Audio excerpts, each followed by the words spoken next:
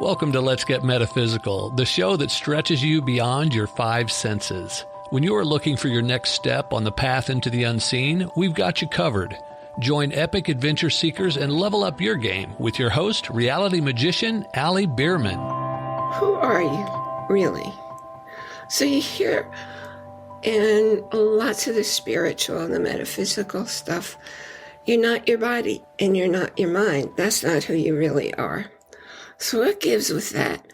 How do you explain how you're living your life and how you're responding to what happens in your environment, to your physical body, or to your emotional state? Well, it took me a long time to figure out what everybody was saying. Actually, quite a few years of studying lots and lots and lots of people till I found something that made sense. And I'm going to trust that you're here to hear what I share, and it's going to make some sense to you, okay? You are not your body, and you are not your mind, not on the long-term, forever picture. Who you are is a conscious awareness of what's going on with your body, what's going on with your mind.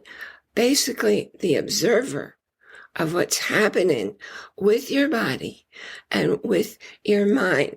I'll explain it to you the way I understand it. So if you look at a lot of the early teachings, things like A Course in Miracles, if you've ever read Rhonda Byrne's 2021 book, The Greatest Secret, and there are many, more than a dozen teachers in there, and they're all teaching the same thing.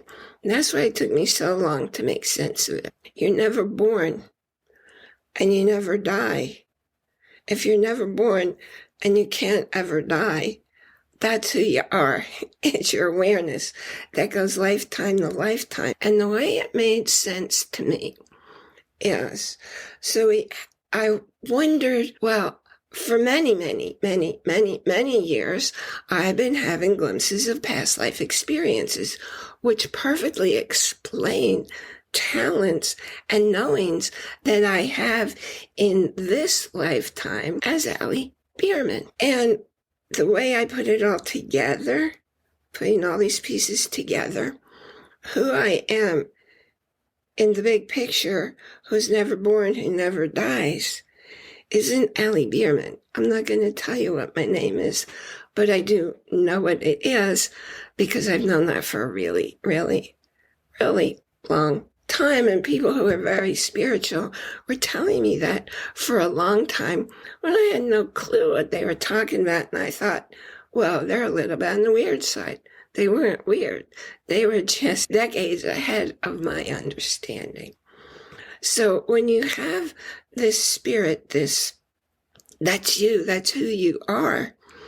And it goes on lifetime after lifetime, forever. In each lifetime, you can think of it as taking a ride in a certain existence so that you can gain experiences, so that you can gain talents, so that you can discover different knowings. So I'm Bierman, but I had a lifetime it was actually in the Middle Ages in France.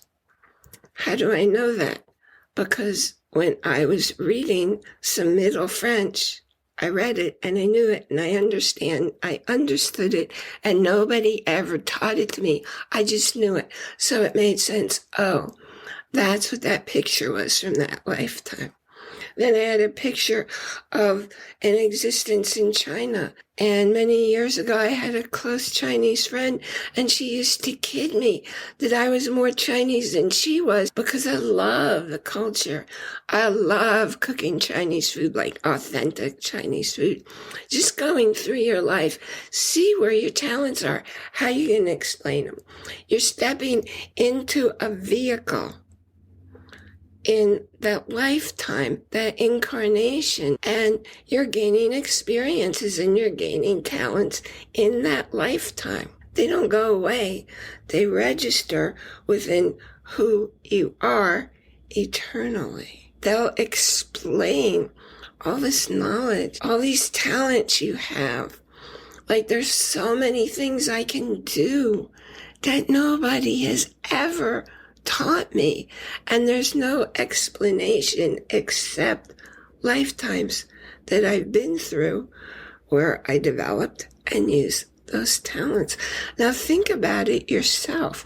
What kind of talents, what kind of experiences, what kind of knowings are just part of you? Not because you studied it, not because anybody taught it specifically to you, but just because in a particular lifetime, that's who you were. Let me think of it another way.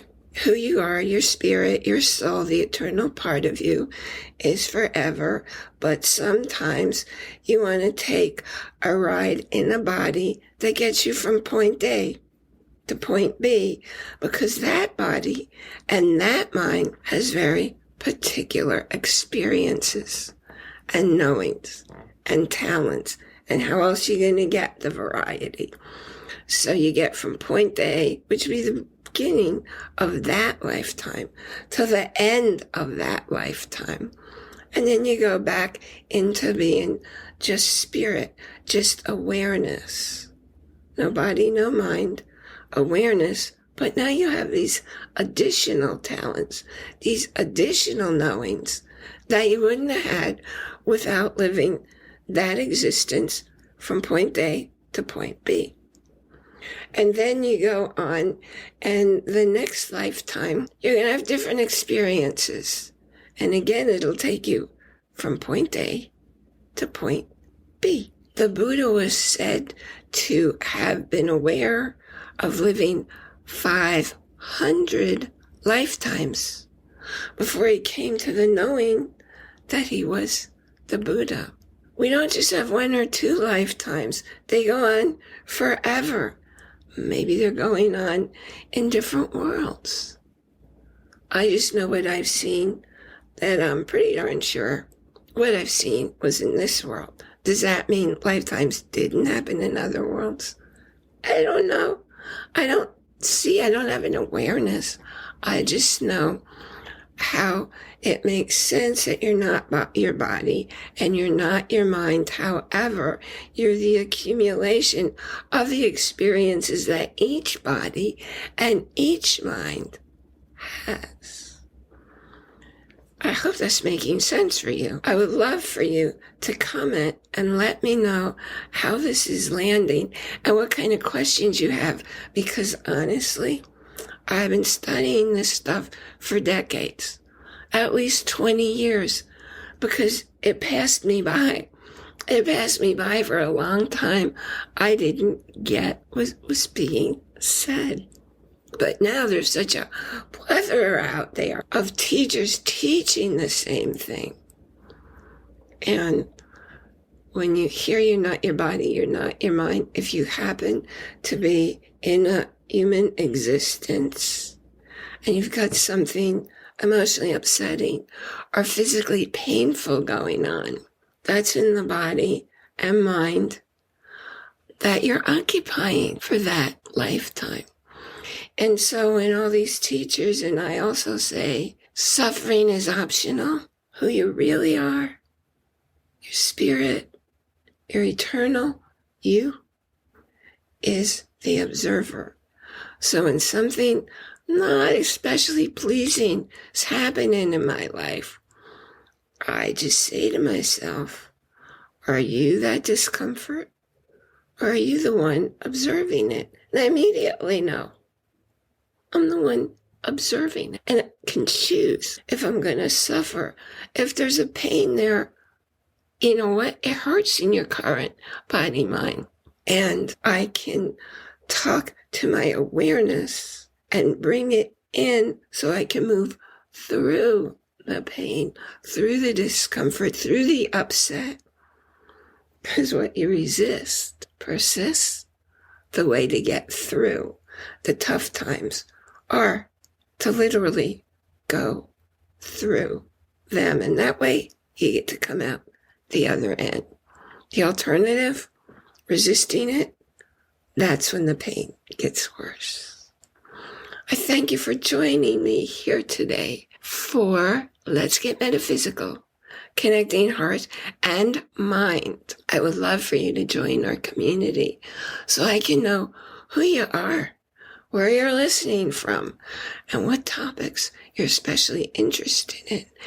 And you can tell me that in our Facebook group or join our community.